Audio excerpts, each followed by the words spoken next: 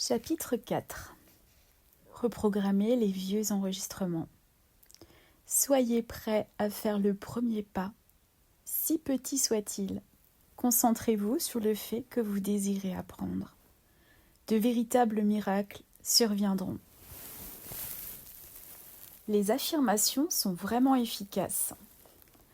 À présent que nous comprenons un peu mieux le pouvoir de nos pensées et paroles, nous avons intérêt, si nous souhaitons obtenir des résultats salutaires, à les rééduquer et les transformer en schémas positifs. Êtes-vous disposé à changer votre bavardage mental en affirmations positives ? Souvenez-vous, chaque pensée, chaque mot prononcé est une affirmation. Une affirmation est un point de départ. Elle ouvre la voie de la transformation. En quelque sorte, vous dites à votre subconscient « Je prends mes responsabilités, je suis conscient que je peux faire quelque chose pour changer ». Quand je dis « formuler des affirmations », je parle de choisir consciemment des phrases ou des mots qui vous aideront soit à éliminer quelque chose de votre vie, soit à créer quelque chose de neuf, et ceci d'une façon positive. Si vous dites « je ne veux plus être malade », votre subconscient entend « plus malade ». Vous devez lui exprimer clairement votre souhait. C'est-à-dire « je me sens merveilleusement bien ». Je respire la santé. Le subconscient est tout d'une pièce. Il ne connaît ni la stratégie, ni le calcul. Il réagit selon ce qu'il entend. Si vous dites « je déteste cette voiture », il ne vous offrira pas une superbe voiture toute neuve, car il ignore ce que vous désirez. Même si vous achetez une autre voiture, vous la détesterez sans doute très vite, car c'est ce que vous affirmiez. Le subconscient entend seulement « déteste cette voiture ». Vous devez spécifier vos désirs d'une façon positive. J'ai une voiture neuve, superbe, qui comble tous mes besoins. J'ai découvert que lorsque votre vie comporte une chose que vous n'aimez pas vraiment, la façon la plus radicale de vous en affranchir est de la bénir avec amour. Je te bénis avec amour, je te libère et te laisse partir. Cette méthode est valable pour les gens, les situations et les objets. Vous pouvez même l'essayer sur une habitude dont vous voulez vous débarrasser et voir ce qui arrive. J'ai connu un homme qui disait « Je te bénis avec amour et te libère de ma vie » à chaque cigarette qu'il fumait. Au bout de quelques jours, son envie de fumer avait considérablement diminué et en quelques semaines, il avait arrêté. Vous méritez ce qui est bon pour vous. Réfléchissez une minute. Que désirez-vous vraiment à cet instant ? Que désirez-vous aujourd'hui dans votre existence ? Pensez-y, puis déclarez « J'accepte pour moi-même ce que vous désirez ».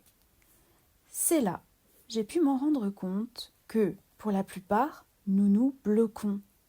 Le nœud du problème est de croire que nous ne méritons pas ce que nous désirons. Notre pouvoir personnel réside dans la façon dont nous percevons notre mérite. Notre non-droit au mérite vient des messages de notre enfance. Une fois encore, nous devons nous ôter de la tête l'idée que ces messages sont un obstacle inéluctable à notre transformation. Souvent, les gens me disent « Louise, les affirmations ne marchent pas ». En fait, les affirmations n'y sont pour rien. Au fond de vous, vous vous croyez indigne de ce qui est bon pour vous. Pour savoir si vous pensez mériter quelque chose, prononcez une affirmation et notez les pensées qui surgissent. Écrivez-les car, une fois qu'elles seront posées sur papier, elles vous apparaîtront très clairement. Le seul obstacle au fait de vous trouver méritant ou de vous aimer est l'opinion de quelqu'un d'autre que vous avez accepté pour vérité. Quand on ne croit pas mériter ce qui est bon pour soi, on s'expose à des déboires. on peut créer les chaos autour de soi, égarer les choses, se blesser ou se heurter à des difficultés physiques, comme une chute ou un accident. Nous devons sans tarder être convaincus que nous méritons ce que la vie a de mieux à offrir. Afin de reprogrammer les croyances erronées ou négatives, quelle est la première pensée dont vous auriez besoin pour ébaucher la création de ce que vous souhaitez? Qu'auriez-vous besoin de savoir, de croire, d'accepter? Vous pouvez commencer avec de bonnes pensées telles que « J'ai du mérite »,« Je m'aime »,« Je m'autorise à être comblé ». Ces concepts sont la base même de nos croyances, base sur laquelle vous pouvez construire. Utilisez-les comme des fondations pour vos affirmations afin de créer ce que vous souhaitez. Chaque fois que je donne une conférence, quelqu'un vient me voir à la fin ou m'écrit par la suite pour me dire avoir expérimenté une guérison pendant que je parlais. Cette guérison est parfois mineure, parfois réellement impressionnante. Une femme vint me trouver récemment pour me dire que la boule qu'elle avait au sein avait totalement disparu. Quelque chose avait résonné en elle et elle avait décidé de lâcher prise. C'est une excellente démonstration de notre pouvoir quand nous ne sommes pas prêts à nous abandonner, quand nous nous accrochons délibérément à quelque chose qui nous est utile d'une manière ou d'une autre, quoi que nous fassions, nos efforts demeureront probablement vains. Mais si nous sommes disposés à lâcher prise, comme cette femme, la circonstance la plus anodine peut se révéler favorable pour nous libérer.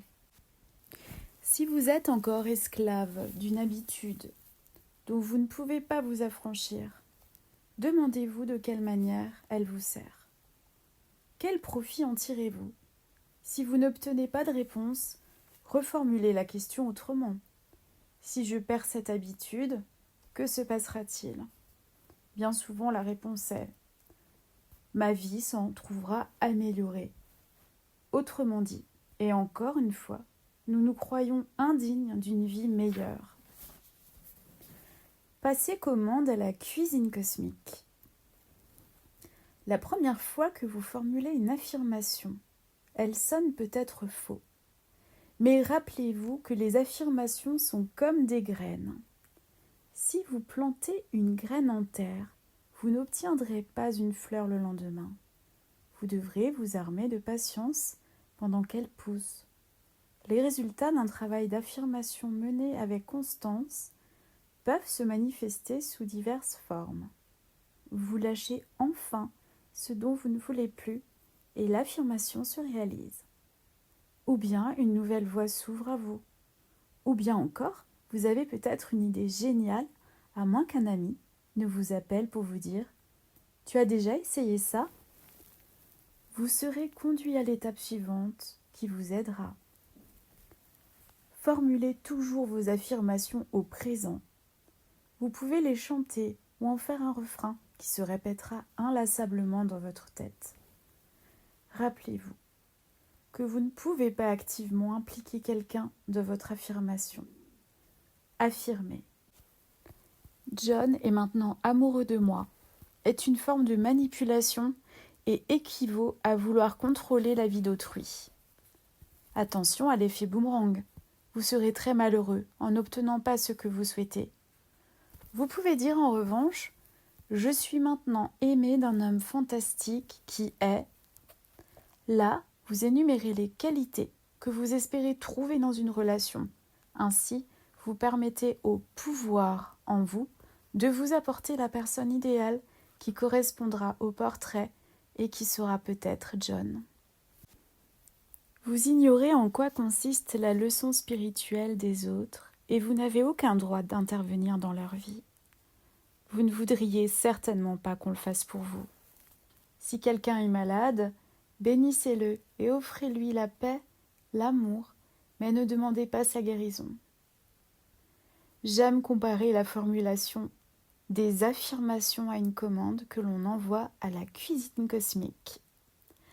Quand vous êtes au restaurant, Vous ne suivez pas la serveuse jusqu'à la cuisine pour vous assurer que le cuisinier a bien eu votre commande ou surveiller la façon dont il prépare les plats. Vous attendez tranquillement en buvant un verre ou en bavardant avec la personne qui vous accompagne. Vous supposez que votre repas est en cours de préparation et que vous l'aurez quand il sera prêt.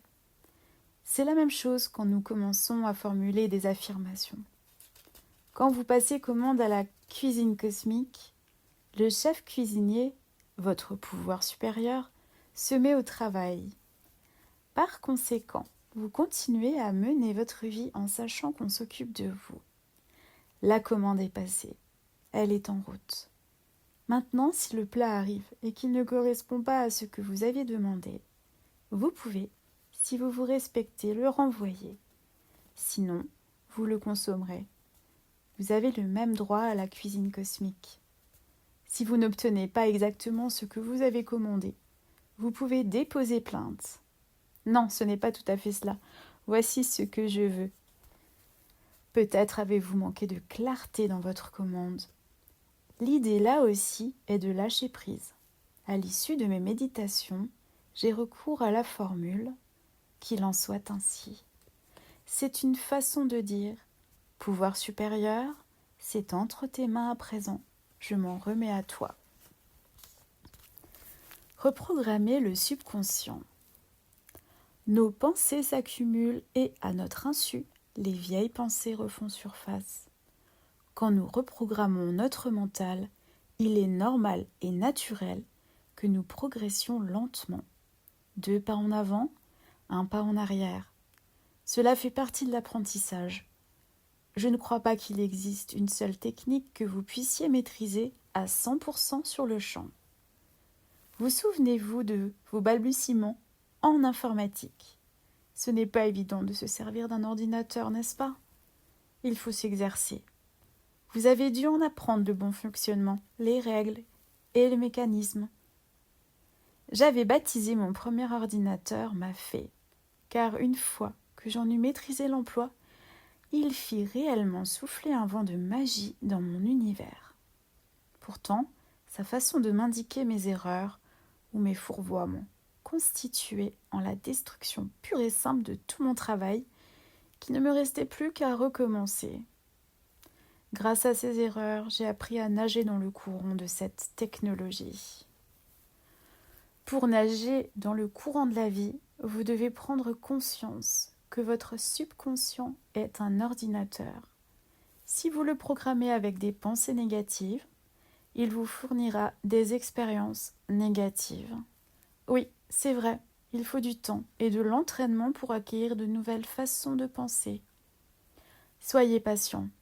Quand vous apprenez quelque chose de nouveau et que les vieux schémas réapparaissent, vous dites-vous « Je n'ai donc rien appris » ou bien « Bon, ce n'est pas grave, je recommence de la nouvelle manière ». Admettons que vous ayez résolu un problème et pensiez ne plus jamais y être confronté. Comment saurez-vous que vous l'avez vraiment surmonté, à moins de vous mettre à l'épreuve? Aussi, faites ressurgir la situation une fois de plus et observez votre réaction.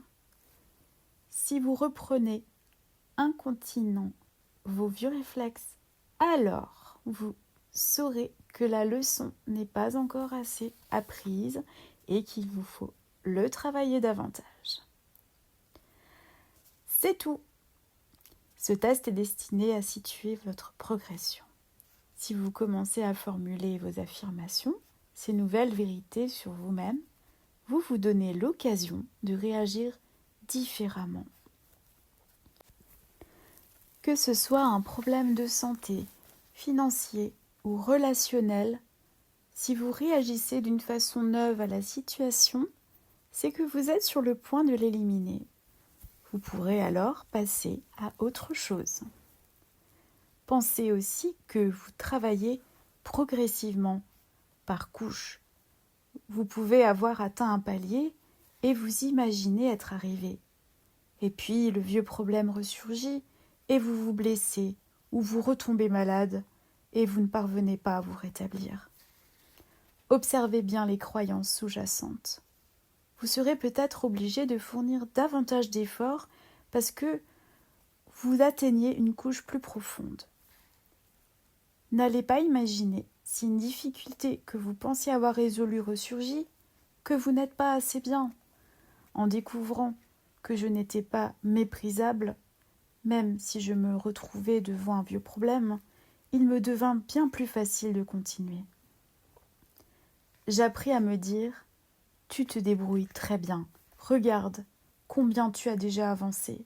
Tu as seulement besoin de t'exercer davantage. Et je t'aime. » J'ai la conviction que chacun d'entre nous décide de s'incarner sur cette planète à un moment et un lieu particulier.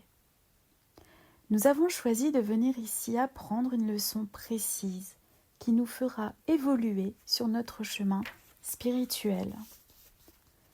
Une des façons de permettre au processus de vie de se dérouler pour vous d'une manière positive et saine est d'affirmer vos vérités personnelles. Prenez la décision de vous écarter des croyances restrictives qui vous ont empêché de satisfaire vos désirs. Proclamez que vos schémas mentaux négatifs seront gommés de votre esprit. Laissez partir vos peurs et vos fardeaux. Depuis longtemps déjà, je suis persuadée de la véracité des affirmations qui suivent et elles m'ont été bien bénéfiques. Tout ce que j'ai besoin de savoir m'est révélé. Tout ce dont j'ai besoin vient à moi dans l'intervalle espace-temps idéal. La vie est joie et pleine d'amour. Je suis digne d'amour. J'aime et je suis aimée. Je suis en excellente santé et débordant d'énergie. Je prospère dans tous les domaines. Je désire changer et grandir.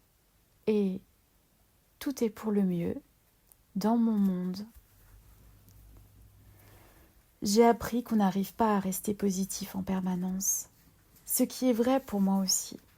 Autant que possible, je considère la vie comme une expérience merveilleuse et pleine de joie. Je sais qu'il n'existe pour moi aucun danger. Je m'en suis faite une règle. J'ai l'intime conviction que tout ce dont j'ai besoin de savoir m'est révélé. Aussi, je garde les yeux et les oreilles grands ouverts. À l'époque de mon cancer, je me souviens d'avoir pensé qu'un réflexothérapeute me serait très utile. Un soir, j'assistais à une conférence. Généralement, je me place dans les premiers rangs car j'aime être très près du conférencier. Cependant, ce soir-là, je n'ai pas eu le choix et ai dû m'asseoir au dernier rang. Je venais de m'installer quand un réflexothérapeute est venu prendre place à côté de moi. Nous avons engagé la conversation et j'ai appris qu'il se déplaçait même à domicile. Je n'ai pas eu à le chercher, il est venu à moi. Je suis également persuadée que tout ce dont j'ai besoin vient à moi dans l'intervalle espace-temps idéal. Quand un problème survint dans ma vie, je me dis immédiatement « Tout est pour le mieux, je le sais. C'est une leçon, une expérience, et je la franchirai avec succès. Il se passe là quelque chose qui contribue à mon plus grand bien. Respire, tout va bien. » Je m'efforce de m'apaiser afin d'être en mesure de penser rationnellement à ce qui se passe et, bien sûr, je sors victorieuse de l'épreuve.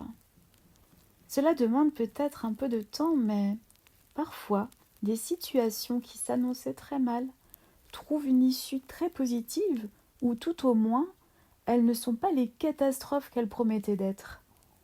Tout événement a quelque chose à nous apprendre. Je pratique beaucoup le bavardage mental positif, matin, midi et soir. Je m'exerce à m'aimer et aimer les autres autant que possible. Mon amour grandit tout le temps. Tout ce que je fais aujourd'hui est bien plus que je faisais il y a 6 mois ou 1 an. Je sais que d'ici 1 an, ma conscience et mon cœur seront élargis. et je ferai davantage encore. Je sais que je deviens ce que je pense. Aussi, je choisis de croire à des choses fantastiques. À une époque, ce n'était pas le cas.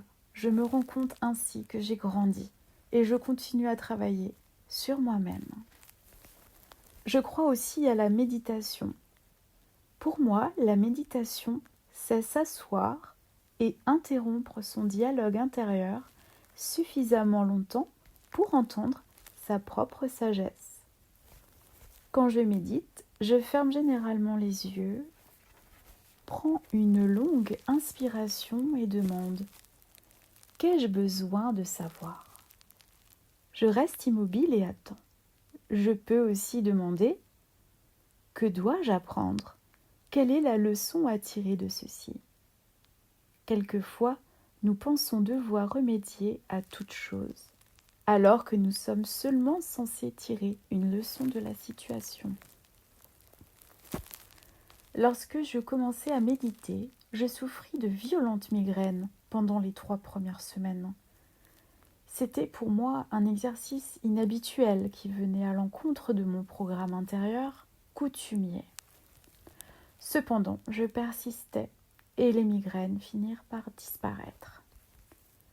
Si vous sentez monter en vous une forte négativité quand vous méditez, cela signifie peut-être qu'elle a besoin de se révéler et profite de votre paix intérieure pour surgir. Contentez-vous de l'observer. N'essayez pas de la combattre. Permettez-lui de continuer à se manifester tant que cela est nécessaire. Si vous vous endormez en méditant, ce n'est pas grave. Laissez le corps faire ce dont il a envie. Il s'équilibrera de lui-même en temps voulu. La reprogrammation de nos croyances négatives est une méthode très puissante. Une excellente façon de procéder consiste à s'enregistrer avec votre propre voix, formulant vos affirmations. Écoutez-vous. C'est d'une importance capitale pour vous, car il s'agit de votre propre voix. Écoutez la voix de sa mère, vous affirmerez combien vous êtes merveilleux et à quel point elle vous aime.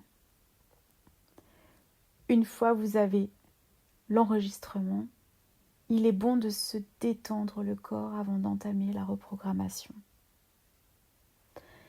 Certains aiment commencer par les orteils pour remonter jusqu'au sommet de la tête, alternant la contraction et la relaxation. D'une manière ou d'une autre, libérez la tension. Laissez les émotions se dissiper. Mettez-vous en état d'ouverture et de réceptivité. Plus vous serez détendu, plus il vous sera facile d'absorber l'information. Rappelez-vous, c'est toujours vous qui contrôlez la situation et vous n'êtes jamais en danger. Il est très louable d'écouter, de lire des livres sur l'éveil de la conscience et de formuler vos affirmations. Mais que faites-vous pendant les 23h30 restantes de la journée ? C'est ce qui importe réellement. Si vous vous asseyez pour méditer, puis courez agresser quelqu'un au travail, cela compte aussi. La méditation et les affirmations sont très recommandées, mais les autres moments sont tout aussi importants. Traitez le doute comme un pense-bête amical. Beaucoup de personnes me demandent si elles formulent correctement leurs affirmations et si elles sont vraiment efficaces. J'aimerais bien que vous modifiez un peu votre manière de voir le doute. Pour moi, le subconscient réside dans le plexus solaire, là où vous éprouvez les émotions fortes. En cas d'événement soudain, ne ressentez-vous pas une puissante sensation dans cette région ? C'est en quelque sorte le centre de réception et de stockage de tout ce qui se passe. Depuis notre plus tendre enfance, les messages que nous avons reçus, ce que nous avons fait, les expériences que nous avons vécues, ce que nous avons dit, tout ceci est engrangé dans ce placard-là, dans la région du plexus solaire. J'aime à imaginer qu'il existe des petits messagers là-dedans et que, à chacune de nos pensées ou expériences, les messages sont emmagasinés et classés par les messages dans le dossier approprié. Beaucoup d'entre nous ont constitué ainsi des dossiers étiquetés. Je ne suis pas bien, je n'y arriverai jamais, je me débrouille très mal. Et nous nous sommes complètement laissés écraser sous ces dossiers. Et soudain, nous formulons des affirmations telles que « Je suis fantastique et je m'aime ». Lorsqu'ils les reçoivent, les messages se demandent « Mais qu'est-ce que c'est ? Où doit-on le classer ? On n'a jamais rien eu de pareil. » Alors les messages appellent le doute. « Doute, viens voir un peu ce qui se passe. » Le doute prend le message et s'adresse à l'esprit conscient. Qu'est-ce que c'est ? Tu as toujours prétendu le contraire. D'une manière consciente, nous pouvons réagir de deux façons. Nous pouvons dire « Oui, tu as raison, je ne suis bon à rien. Je suis un minable. Désolé, je me suis trompé de message. » Et retourner à nos vieux schémas. Ou nous pouvons répondre « C'était le vieux message, il ne sert plus à rien à présent. Le nouveau message, c'est celui-ci.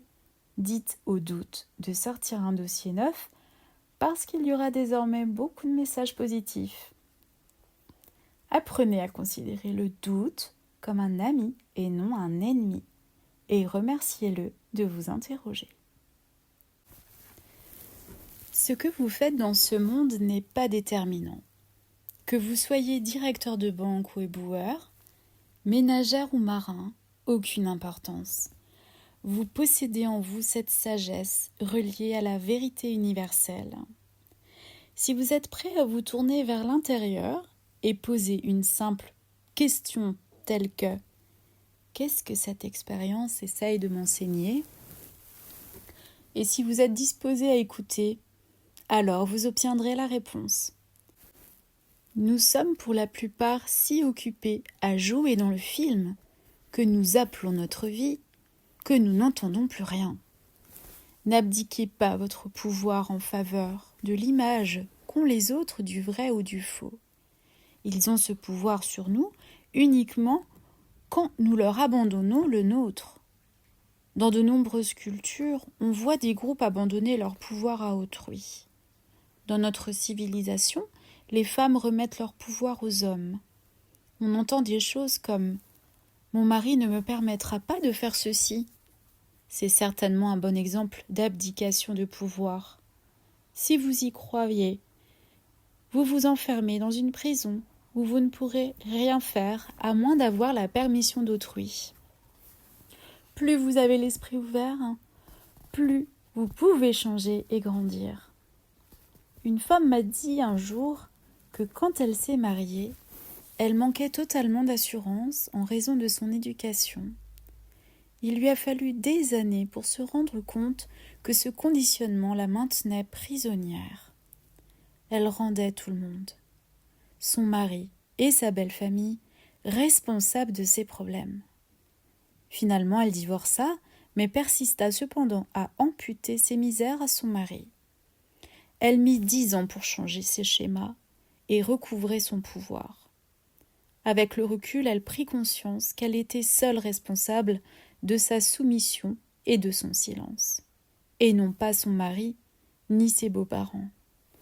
Ils étaient là pour lui renvoyer l'image de ce qu'elle éprouvait en elle, un sentiment d'impuissance. Ne vous laissez pas non plus influencer par vos lectures. Je me souviens, il y a plusieurs années, d'avoir lu quelques articles dans un magazine très connu. Il se trouve que je m'y connaissais un peu sur les sujets abordés. À mon avis, les informations étaient totalement erronées. Le magazine perdit toute crédibilité pour moi et je ne l'ai plus lu pendant longtemps. Vous êtes la seule autorité dans votre vie, alors ne pensez pas ce qui est imprimé est toujours la vérité.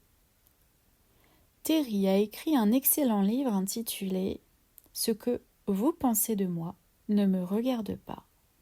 C'est vrai, ce que vous pensez de moi n'est pas mon affaire, mais c'est la vôtre. Ce que vous pensez de moi sort de vous sous forme vibratoire et, finalement, vous reviendra. Quand notre esprit s'éclaire, quand nous devenons conscients de nos faits et gestes, nous pouvons commencer à transformer notre vie. La vie est là pour nous. Il suffit de demander. Dites à la vie ce que vous souhaitez et laissez venir à vous ce qui est bon pour vous.